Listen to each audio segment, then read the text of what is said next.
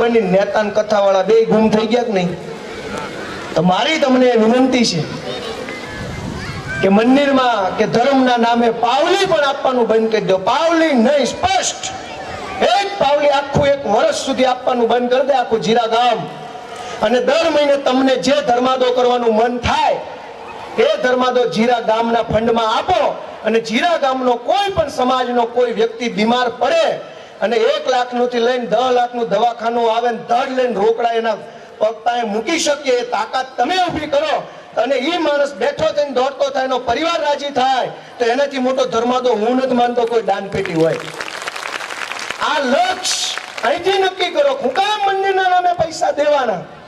અને તમારા છોકરા ઉપરથી ટપકીને 2 મોત મળે ત્યારે એક પણ માણસ જો તમારી ખબર પૂછવા આવે તો કયો ઠાઠડીને ટેકો દેવા ન આવે ને ઈ જાત છે આ લોકોને, તમે એને પૈસા આપો? ઉભા કરો પૈસા આપણા સમાજ માટે, ઉભા કરો આપણા બાળકોના ભવિષ્ય માટે. કે જીરા ગામના એક દીકરાને દિલ્હી ભણવા જવું છે અને 4 લાખનો ખર્ચો છે.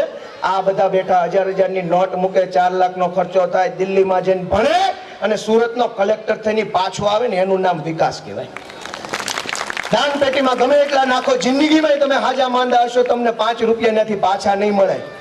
એટલે રોકાણ એવી જગ્યાએ કરવું કે જ્યાંથી તમને 10 નું કરો રૂપિયા પાછો મળતો હોય ને તો ત્યાં કરવાનું. બાકી 10 નું કરો અને હામાં બીજા 20 નાખવાનું થાય એવી જગ્યાએ રોકાણ આપણે ભલામણ ધંધાદારી માં કરાય.